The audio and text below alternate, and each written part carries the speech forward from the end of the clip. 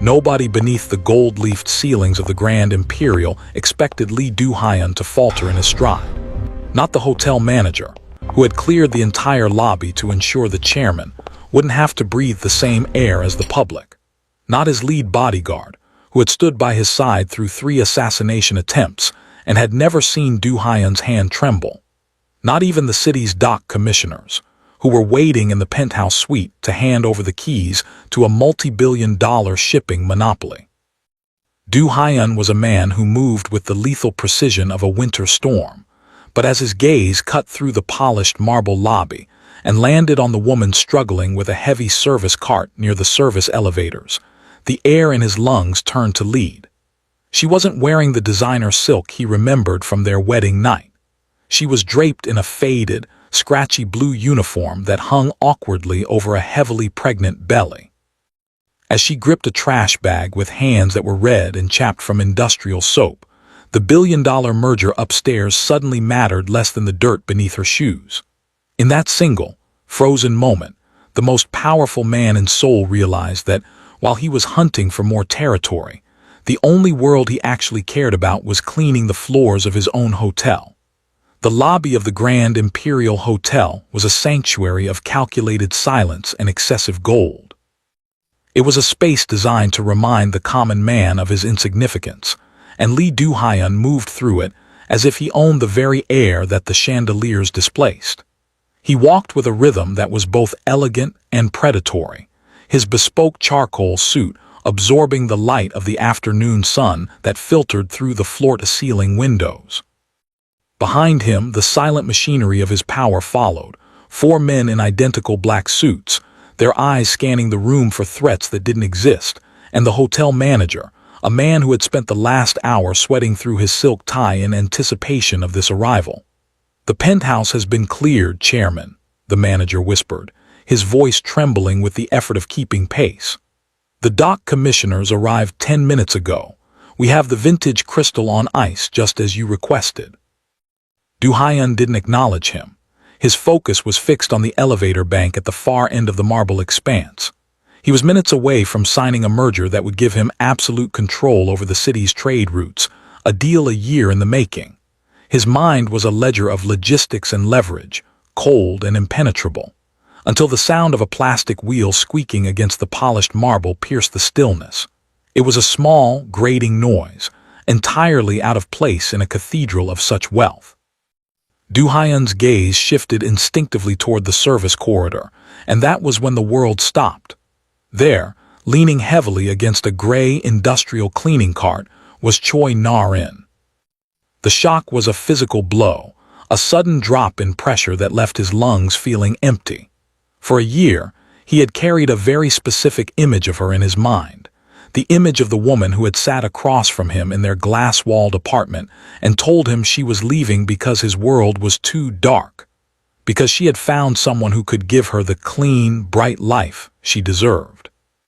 He had spent months imagining her in some sun-drenched villa, draped in the silks of a man whose hands weren't stained with the ink of syndicate ledgers.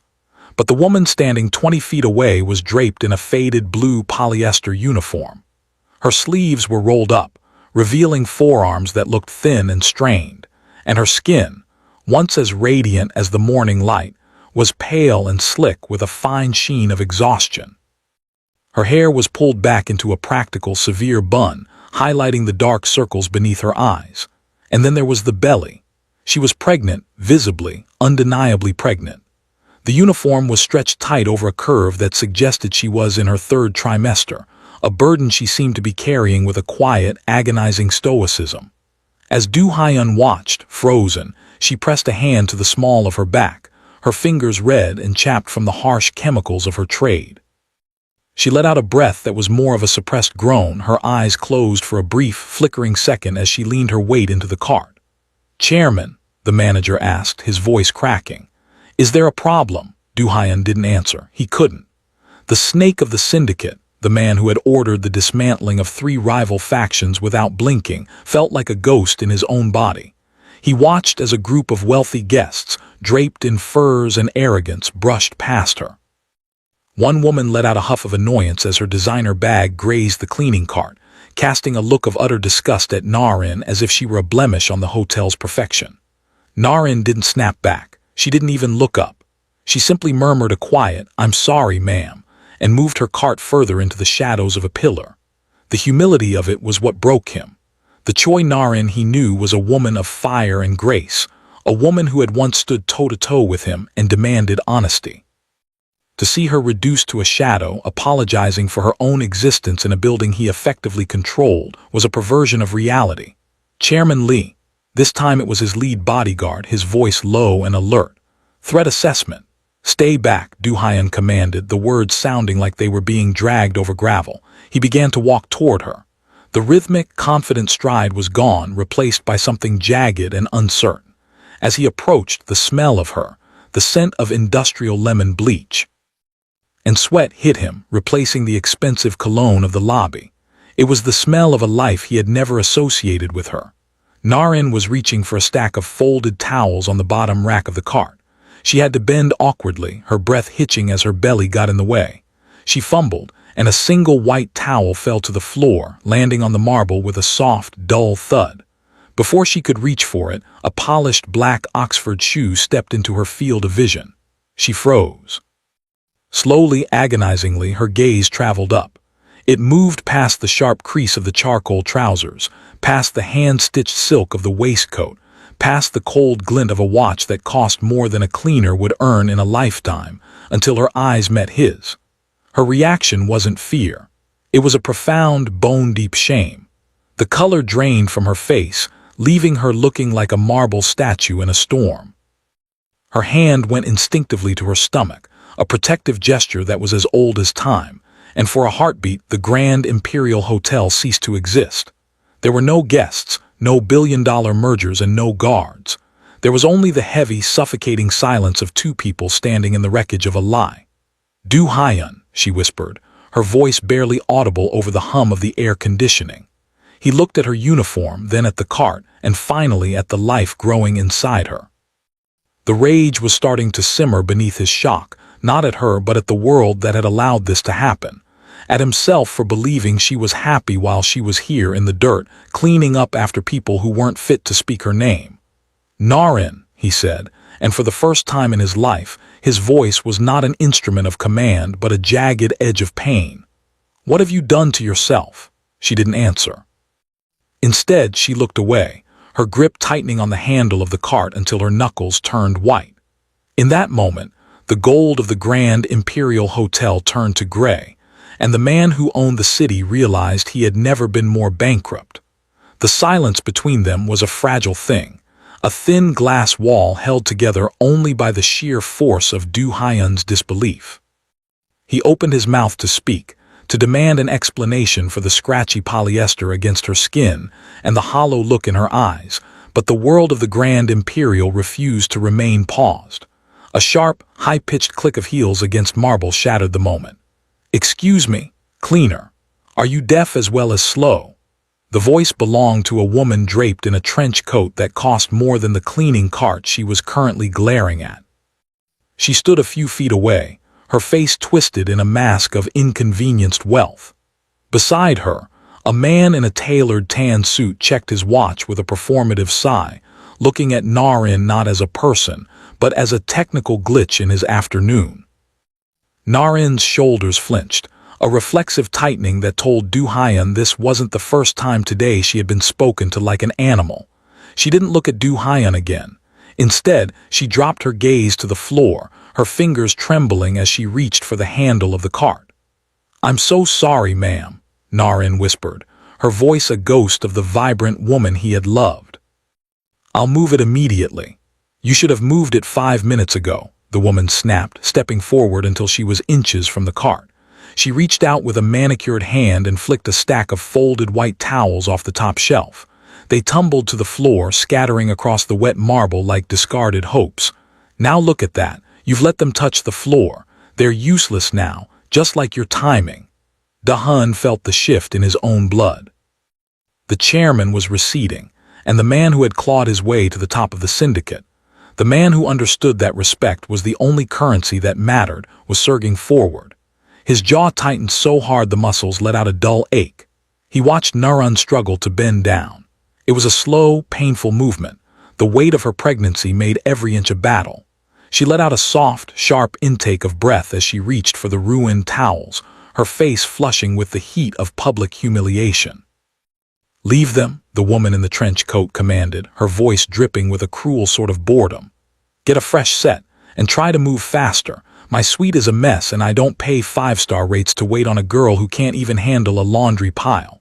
The man in the tan suit chuckled, a low, dismissive sound. "Careful, darling. She looks like she might burst right here on the marble. That would be a real mess for the next shift." The air in the lobby seemed to drop 20 degrees. Behind Dahan, his lead bodyguard shifted, the leather of his holster creaking, a subtle signal that he recognized the specific lethal stillness that had taken hold of his boss. Dahan stepped forward. He didn't look at Narun yet. He looked at the woman in the trench coat. He didn't shout. He didn't have to. His presence was a vacuum that sucked the oxygen out of the air. When he spoke, his voice was a low, terrifying vibration. "Pick them up." The woman blinked, her arrogance faltering as she finally registered the man standing before her. She saw the cut of the charcoal suit, the cold fire in his dark eyes, and the 4 statuesque men standing in a phalanx behind him. Her throat surged in a hard swallow. I beg your pardon. The towels," Dahan said, his eyes never leaving hers. "You dropped them, pick them up. Every single one." "She's just the staff," the man in the tan suit cut in, trying to reclaim some shred of his dignity. "Who are you supposed to?" Dahan's gaze flicked to the man. It was a look that had ended careers and started wars. The man's words died in his throat, his face turning a sickly shade of gray as he realized he was staring into the face of a predator he couldn't afford to provoke.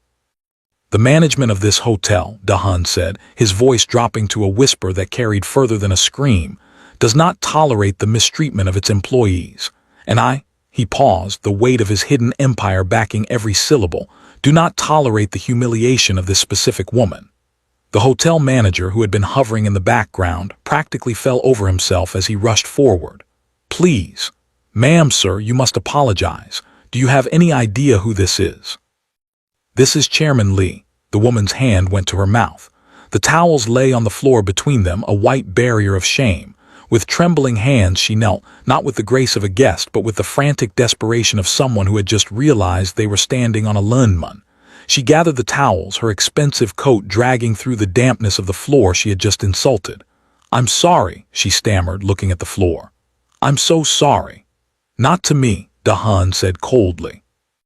The woman looked up at Narun, who was still leaning against the cart, her hand over her stomach, her eyes wide with a mixture of terror and something Dahan couldn't name. "I'm sorry," the guest whispered to Narun. Dahan didn't wait for a response. He signaled to his men with a sharp, imperceptible nod. "Escort them to the curb. They are no longer guests of the Grand Imperial. Their belongings are to be couriered to their home address. They are never to set foot in a property associated with my name again." As the guards moved with silent, brutal efficiency to usher the stunned couple toward the exit, Dahan finally turned to Narun. The Mafia side of him was still screaming for blood, for the satisfaction of seeing those people truly broken for what they had done to her. But as he looked at Narun, the rage died, replaced by a devastating ache. She wasn't thanking him.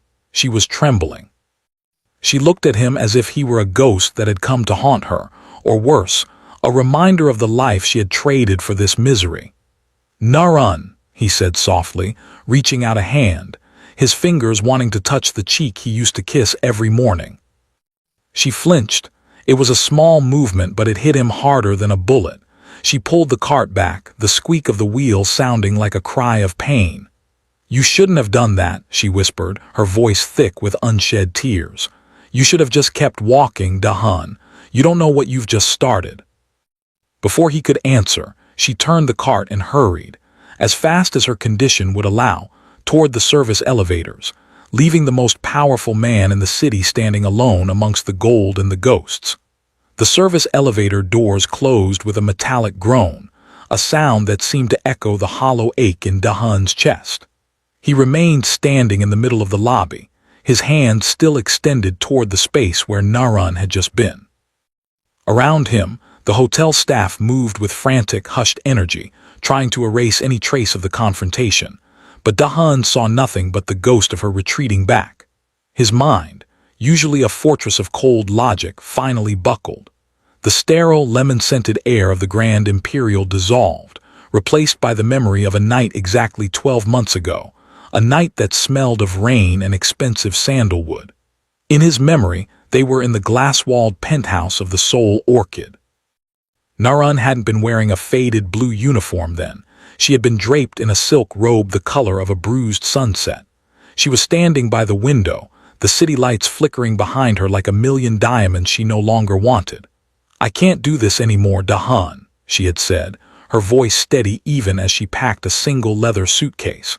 "I found someone else. Someone who doesn't come home with blood on his cuffs. Someone who can give me a life that isn't built on shadows." He remembered the way his pride had flared, a searing heat that had blinded him to the flicker of terror in her eyes. He had assumed she was leaving for a cleaner world, a world of sun-drenched villas and men who worked in banks. He had let her walk out because he was too proud to beg a traitor to stay. He had spent a year hatting the imaginary man who had taken her, convinced she was sipping champagne in some European capital while he remained in the dark, ruling a kingdom that felt like a tomb. The memory shattered as the lobby's chime signaled a new arrival. Da-hun looked down at his shoes. A few stray droplets of water from Narun's cleaning cart had splashed onto his polished leather. He knelt, not out of necessity but to touch the floor where she had stood. This was her reality now. There was no villa. There was no wealthy, clean-cut husband. There was only the $10 an hour grind of a service worker. The contrast was a physical weight.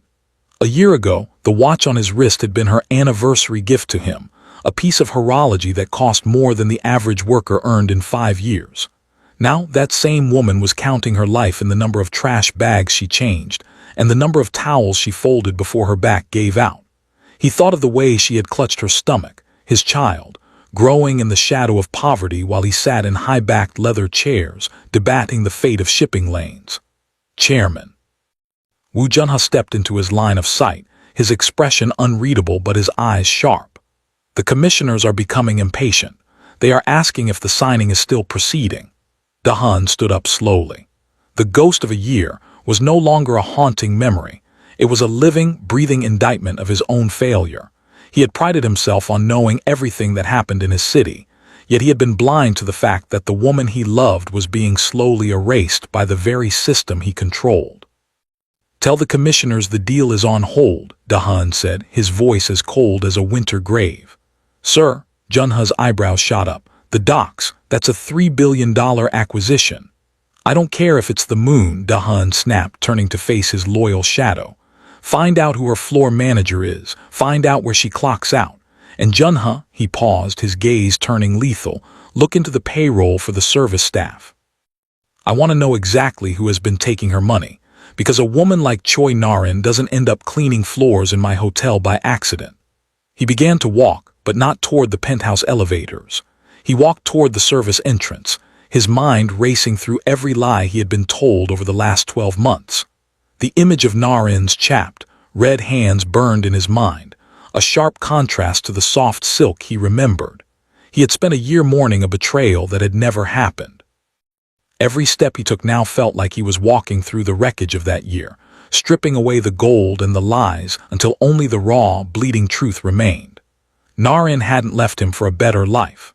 She had been driven into the dirt to save him, and as the Mafia side of his soul fully took the lead, Du Hyun realized that the city was about to learn the true price of making his wife cry.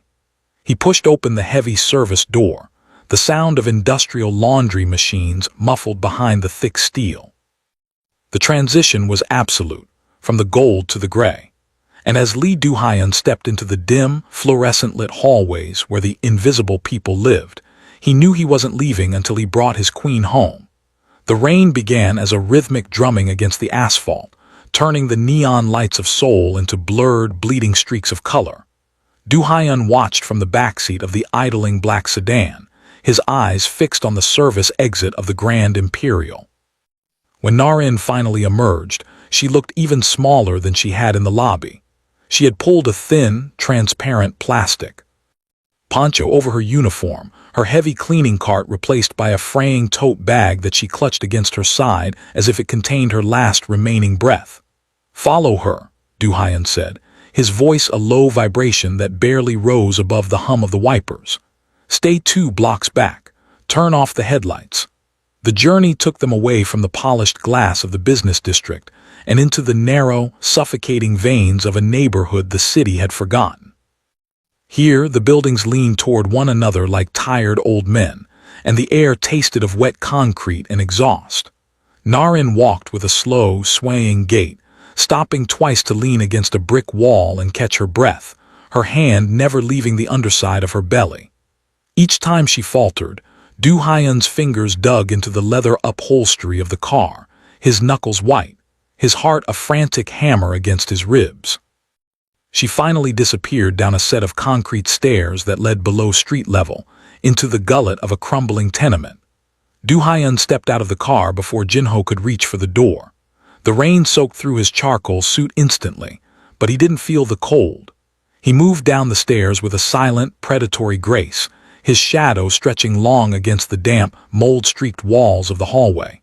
The air down here was thick with the smell of stagnant water and cheap frying oil. He stopped in front of a door marked only with a fatting B4 and waited. From inside, he heard the sound of a heavy bolt sliding home, followed by a long, shuddering sigh that seemed to last forever.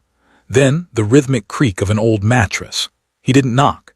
He reached into his pocket for a master key, a tool of his trade he hadn't used in years, and turned the lock with a single, practiced click. The door swung open to reveal a room that was less a home and more a cell. It was a 300-square-foot studio where the wallpaper was peeling in long, jaundiced strips. A single fluorescent bulb flickered overhead, casting a sickly green hue over a makeshift kitchenette and a bed that was pushed against a radiator that was clearly cold. Narin was sitting on the edge of the bed, her shoes discarded, her swollen feet resting on a folded towel. She didn't scream when she saw him. She didn't even look surprised. She just looked tired, a bone-deep terminal kind of exhaustion. "How did you find this place?" she asked, her voice flat. Du Hyan didn't answer. His gaze was sweeping the room, landing on a cracked plastic bowl of instant noodles on the counter and a pile of damp laundry in the corner. His chest felt as if it were being crushed by a hydraulic press. He walked toward a small, scratched wooden dresser, the only piece of furniture other than the bed, and saw a small, blue velvet box sitting next to a pile of overdue utility notices. He knew that box.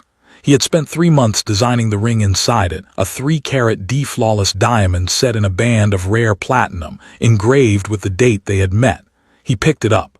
It felt strangely light. When he flicked it open, his breath hitched. The ring wasn't there. In its place was a small, yellowed slip of paper, a pawn shop ticket from a place called Golden Grace. It was dated 6 months ago. The loan amount listed was a pittance, barely enough to cover 3 months of rent in this hellhole. "You sold it," Du Hyan whispered, the velvet box trembling in his hand. "The one thing you said you would never take off. You sold it to stay in a basement." "I didn't sell it for me," Narin said, finally looking up at him. Her eyes were glassy with tears she refused to let fall. "I sold it because the clean life costs a lot of money, Du Hyan. Especially when you're paying for 2 lives instead of 1. Du Hyan looked from the pawn ticket to the damp walls, and then back to the woman who was carrying his child in a room that didn't even have a window. The realization hit him with the force of a physical assault. She hadn't left him for a richer man. She hadn't left him for a better life. She had been stripped of everything she owned, every jewel, every comfort, every shred of dignity, and she had done it all within a few miles of his penthouse. "Who took it, Narin?" His voice was a lethal whisper, the sound of a man who had just found the edge of his patience. "Who has been taking your money? Who put you in this basement?" Narin shivered, her hand going to her stomach again. "It doesn't matter. You have your merger. You have your docs. Just go back to your gold, Du Hyan. Leave me in the gray. It's safer for everyone." Du Hyan dropped the velvet box and crossed the small room in 2 strides. He knelt on the cold linoleum floor in front of her, his expensive suit dragging in the grime, and took her chapped hands in his. "I'm not leaving," he said, his eyes burning with a fire that could level the city. "I'm going to find whoever did this to you, and I'm going to burn their world until there is nothing left but ash.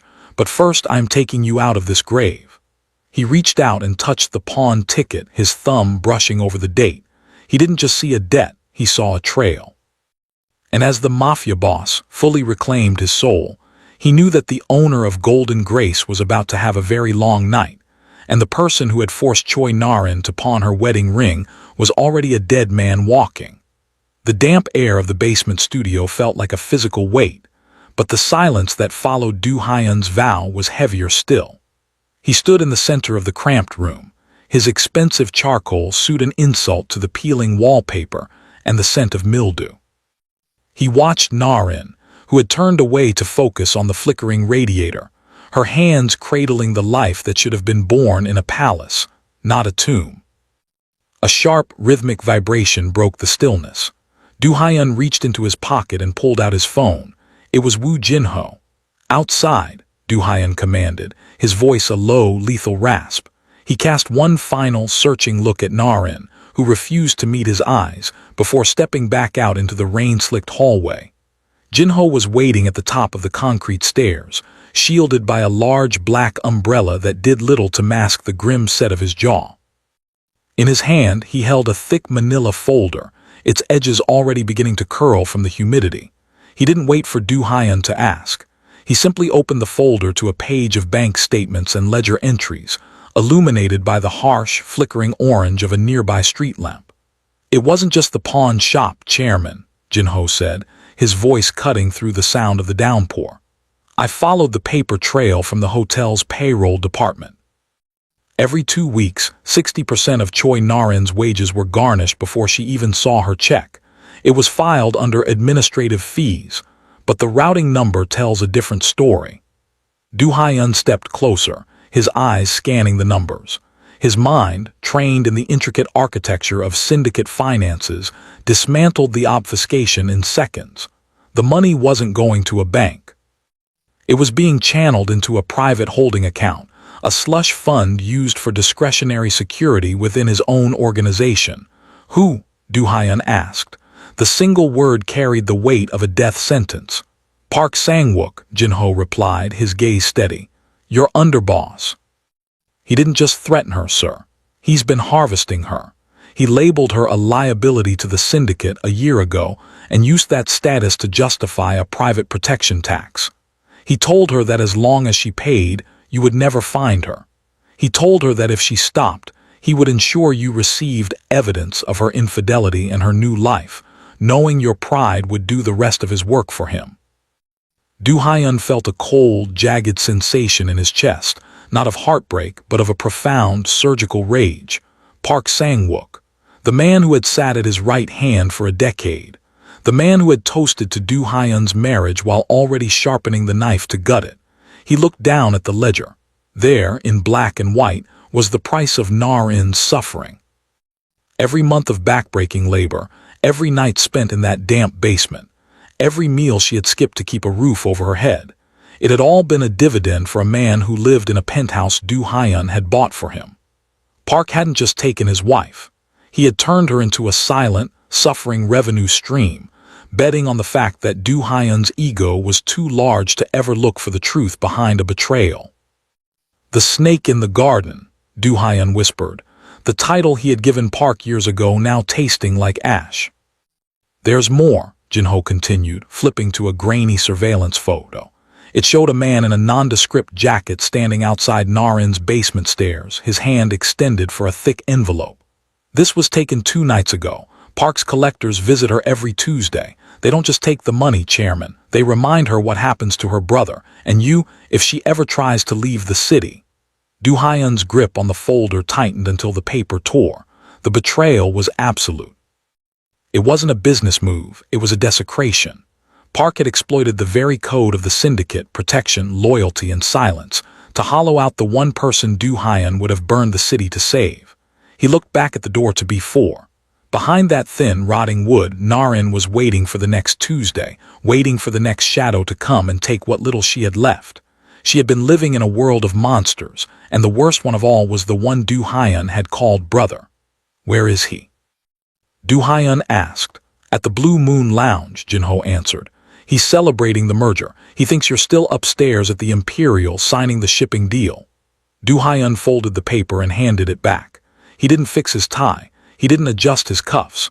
He simply turned toward the sedan, his movements possessed by a terrifying, focused calm. The Mafia boss had spent a year in mourning, but that man was dead.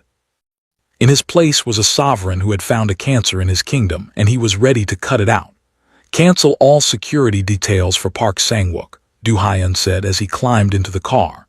"And Jinho, bring the heavy hitters. We aren't going there to talk. We're going there to reclaim the debt." As the car pulled away from the curb, leaving the basement secrets behind, Du Hyun watched the rain wash over the window.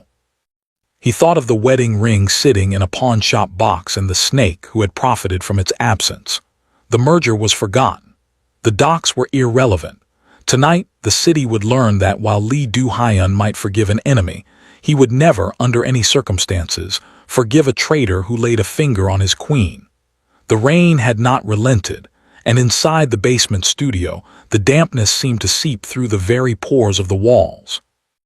Du Hyun stepped back inside, the door clicking shut with a finality that made Narin flinch. He didn't sit.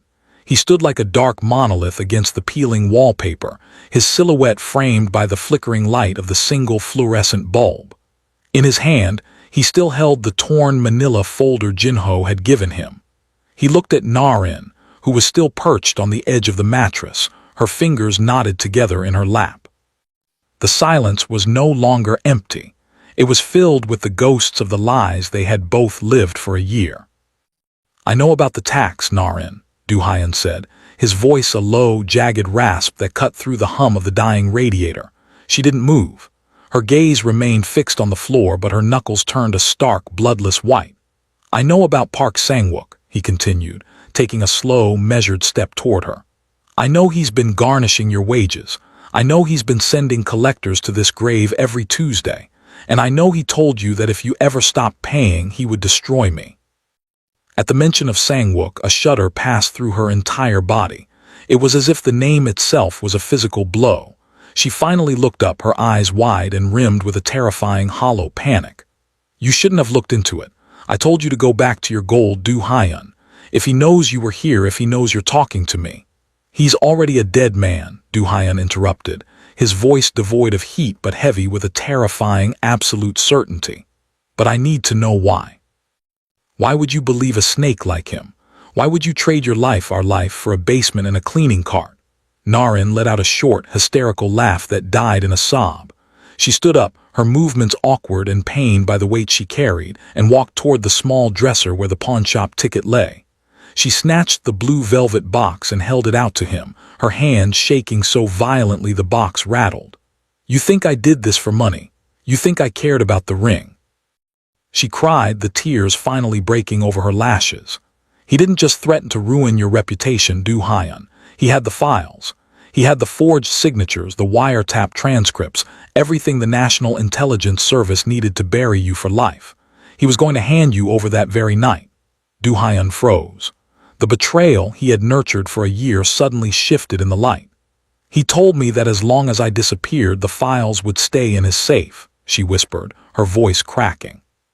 "He said that if I stayed or if I told you, he would trigger the anonymous tip. I knew your pride.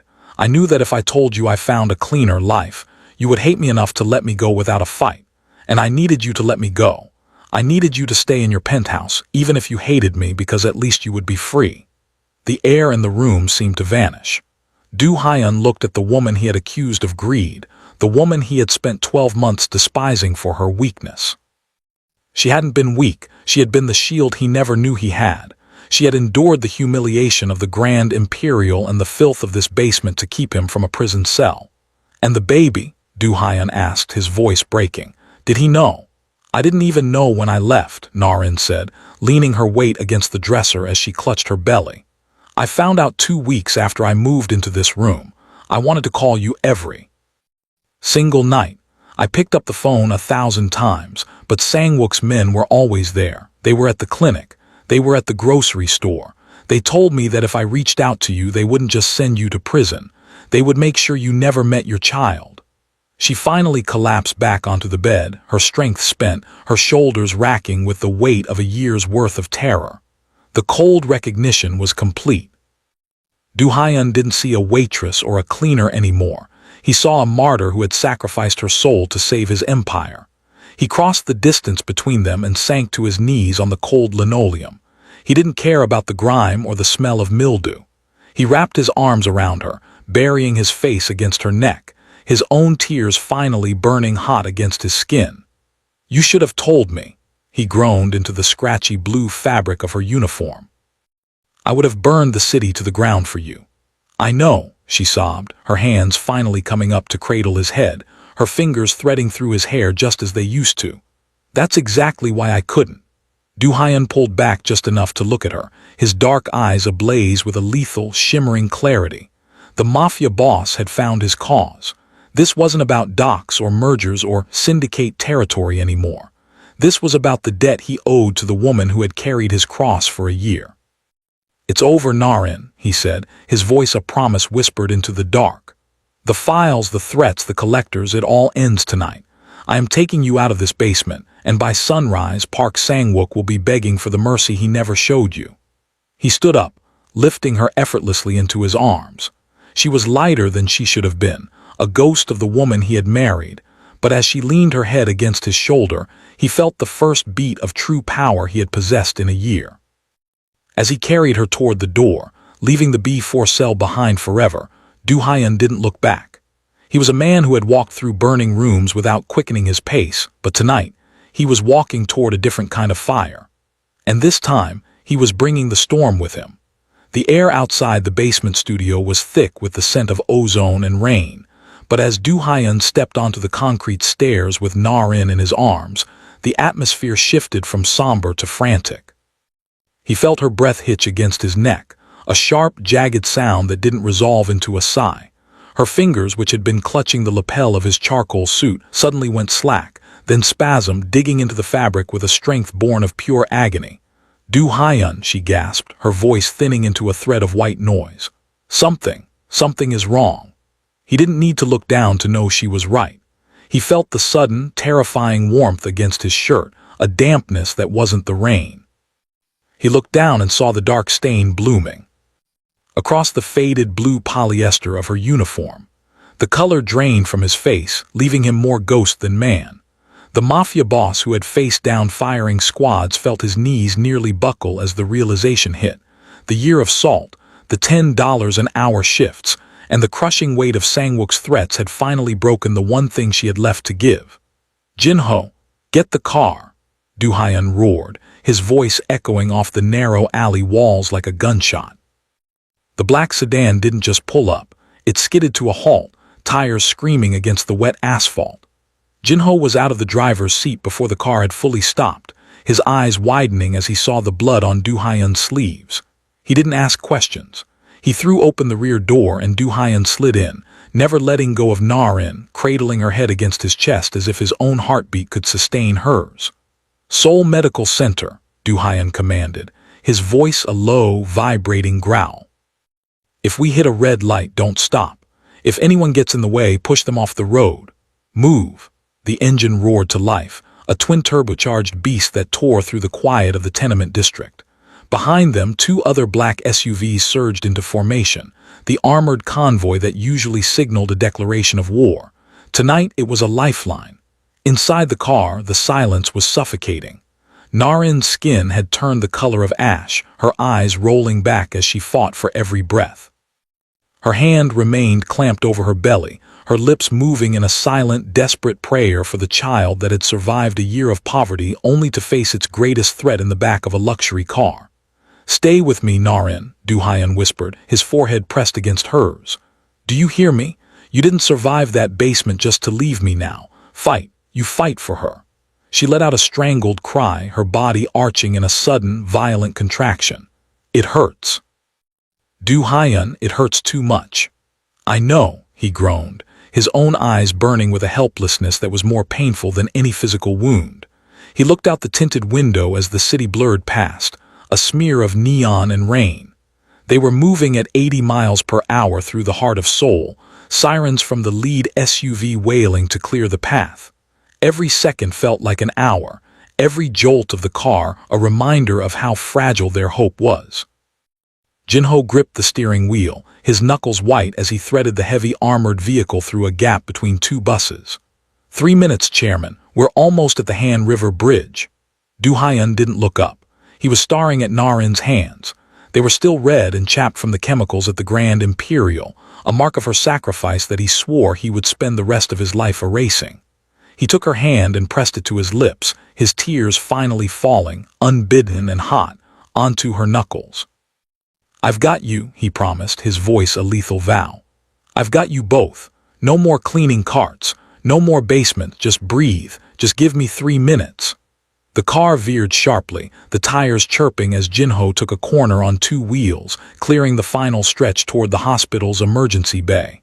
The bright, sterile lights of the medical center loomed ahead, a stark contrast to the gray shadows they had left behind.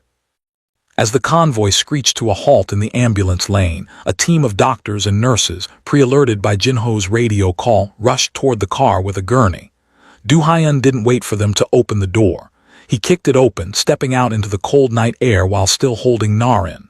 "She's 35 weeks," Do Hyun shouted at the head surgeon, his voice regaining its command even through the tremor of fear.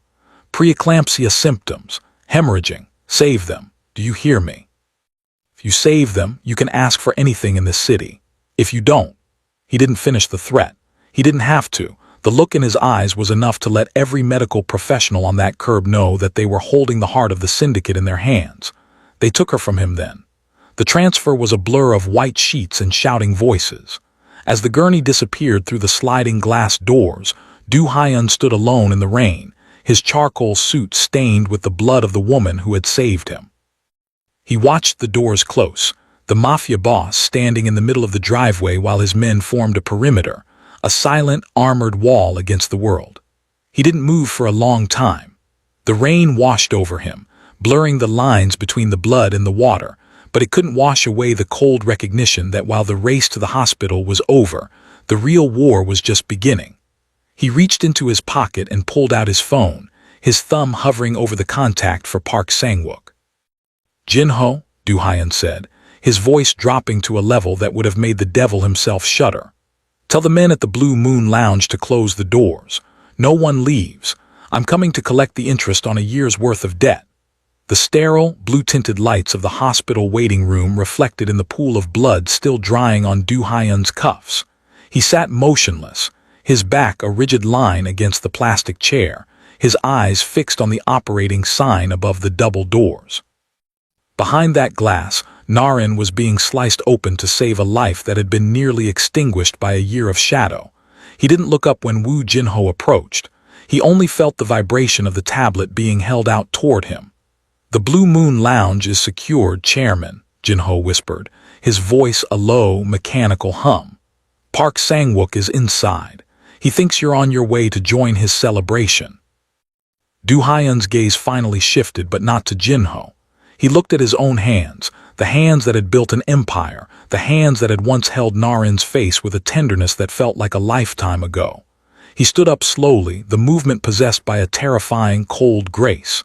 "Stay here," Do Hyun commanded, his voice devoid of any human heat. "If that light goes off, if the doctor comes out, you call me. If they aren't both breathing, don't say a word. Just silence." He walked out of the hospital, leaving the smell of antiseptic behind for the sharp, metallic scent of the rain. The night of the long knives had begun, and it wouldn't end until the city's ledger was balanced in blood. The Blue Moon Lounge was a place of deep velvet and expensive jazz, a playground for the elite of the syndicate. Park Sang-wook was at the center table, a glass of 30-year-old scotch in his hand, laughing with a group of lieutenants who had already started calling him vice chairman. The music was loud, the laughter louder, until the heavy oak doors were kicked open. Do Hyun didn't enter with a shout. He entered with a silence so absolute it sucked the sound out of the room. The jazz band faltered, the notes dying in a discordant heap. The guests turned, their smiles freezing as they saw the man in the charcoal suit, his shirt stained with the blood of the queen they had helped desecrate. Sang-wook stood up, his face a mask of practiced loyalty that slipped the moment he saw Do Hyun's eyes. "Chairman, we were just celebrating the merger. We didn't expect you so." Do Hyun didn't let him finish. He walked across the room, his stride unhurried, his focus singular. He stopped inches from Sang-wook, the smell of the underboss's expensive cologne an insult to the memory of the damp basement before. "Where are the files, Sang-wook?" Do Hyun asked. It wasn't a question, it was an ultimatum. "I don't know what you're talking about, Do Hyun. We're brothers. I've been your right hand for..." The blow was so fast it was almost invisible. Do Hyun's fist connected with Sang-wook's jaw, the sound of breaking bone echoing through the silent lounge. The underboss crashed backward into the table, shattering the scotch bottles and the illusion of his power. "The files," Do Hyun repeated, his voice a lethal vibration. "The ones you used to drive my wife into a basement. The ones you used to extort her for a year while she cleaned the floors of my own hotel."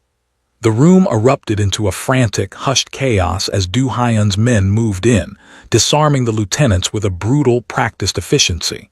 This wasn't a fight. It was an execution of authority. One by one, the men who had profited from Narin's suffering were forced to their knees, their designer suits dragging in the spilled liquor. Sang-wook looked up, blood leaking from the corner of his mouth, his eyes darting toward the exit. "You can't do this. The National Intelligence Service. If I go down, you go with me." Do Hyun knelt beside him, his shadow swallowing the smaller man. He reached into Sang-wook's pocket and pulled out a gold-plated lighter, flicking it open. The flame danced in the reflection of his dark eyes. "You forgot one thing, Sang-wook," Do Hyun whispered. "I don't care about the Empire anymore. I don't care about the docks. I don't even care about the prison cell you built for me. I only care about the year you stole from her." At a sharp nod from Do Hyun, Jinho entered the room carrying a small, black fireproof box, the safe from Sang-wook's private office. He set it on the table and forced it open with a crowbar. Inside were the forged signatures, the wiretap transcripts, and the evidence that had held Narin hostage for 12 months. Do Hyun didn't read them. He didn't have to. He took the gold-plated lighter and touched the flame to the corner of the first document. He watched as the paper curled into black ash, the threat architecture that had governed his life for a year vanishing into the velvet-scented air. "Your leverage is gone," Do Hyun said, standing up as the box became a small, contained inferno. "And so is your presence in this city. Every account, every property, every shadow you've ever hidden in, it's being erased as we speak. You aren't going to prison, Sang-wook. Would be too merciful." He signaled to his men, who hauled the trembling underboss to his feet. "Take him to the docks. The ones he wanted so badly. Let him see the sunrise over the water and then make sure he never sees anything else again." As they dragged the screaming traitor toward the service exit, Do Hyun stood alone in the center of the ruined lounge. The jazz had been replaced by the roar of the fire in the black box. He looked at his phone. The screen remained dark. No call from Jinho. No word from the hospital. The night of the long knives was almost over, but the true victory was still behind the glass doors of an operating room. He walked out of the blue moon, leaving the empire he had just burned behind him. He didn't want the gold. He didn't want the fear. He only wanted the sound of a heartbeat that wasn't his own. As the car surged back toward the hospital, the rain finally began to lift, the first gray light of dawn touching the horizon. Do Hyun closed his eyes, his hands finally clean of the files, but his soul still waiting for a reason to breathe. The Grand Imperial Hotel had always been a monument to frozen time, but today, the air within its marble walls felt fundamentally different. The gold-leafed ceiling still shimmered and the scent of expensive lilies still filled the lobby, but the oppressive, terrifying silence that once followed Lee Do-hyun had been replaced by a quiet, vibrant hum of genuine purpose. Do-hyun stood by the same service elevator where he had once seen a ghost in a blue polyester uniform. He was dressed in a suit of deep navy, his expression no longer a mask of cold stone, but one of watchful, quiet peace. In his arms he held a bundle wrapped in cream-colored cashmere, a 6-month-old girl named Hana, whose wide, dark eyes mirrored his own, though they lacked the shadows he had carried for so long. He didn't look at the penthouse elevators today. He wasn't here to sign a merger or to dismantle a rival. He was waiting for the woman who now ran the very halls she had once scrubbed. The service door opened, and Choi Narin stepped through. The faded uniform was a memory now, replaced by a tailored ivory blazer and trousers that moved with a sharp, executive grace. Her hair was no longer strained back in a painful bun. It fell in soft, healthy waves around a face that had regained its radiance. She moved through the lobby not as an invisible servant, but as the director of the Imperial's new hospitality initiative, a program she had designed to ensure that no worker in the syndicate's holdings would ever be an invisible person again. She stopped when she saw them, a smile breaking across her face that made the chandeliers seem dim by comparison. She reached out, taking Hana from Do Hyun's arms with a practiced ease, pressing a kiss to the baby's forehead before looking up at him. "The board meeting just finished," she said, her voice clear and grounded. "We've finalized the transition of the dock workers' health fund. It's no longer tied to syndicate quotas. It's theirs, Do Hyun, permanently." "I know," he replied, his hand resting gently on the small of her back, not to guide her, but to simply be near her. "Jinho told me, you've done more to stabilize this city in 6 months than I did in 10 years of intimidation." They began to walk toward the hotel's garden terrace, passing the spot where the towels had once been scattered across the floor. The staff they passed didn't flinch or bow in fear. They offered respectful nods to a woman they knew had walked their path, and a man they knew had finally learned to value it. The new empire wasn't built on shipping lanes or protection taxes. It was built on the ruins of the B4 basement and the ashes of Park Sang-wook's ledger. Do Hyun had dismantled the darker corners of his organization, pivoting toward legitimate luxury and community investment, not because he had grown soft, but because he had finally understood the nature of true power. Power wasn't the ability to make a room go silent with fear. It was the ability to ensure that the woman he loved never had to apologize for her existence again. It was the security of a child who would never know the smell of mildew or the sound of a debt collector's knock. As they sat at a sun-drenched table on the terrace, Hana let out a soft, bubbling laugh, reaching her small, plump hands toward the light. Do Hyun watched his daughter, then looked at Narin, who was checking a reservation list for the hotel's newly opened restaurant, a place where the staff were paid a living wage, and the waitress was treated with the same dignity as the chairman. The charcoal suits and the night of the long knives felt like a different lifetime. The blood on his cuffs had been washed away by the reality of the family he had almost lost. He reached across the table, taking Narin's hand. Her skin was no longer chapped or red.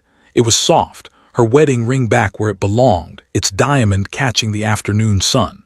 "You're thinking about that day," Narin said softly, her eyes reading him with the effortless precision that had always been her greatest gift. "I'm thinking about how much I didn't know," Do Hyun admitted.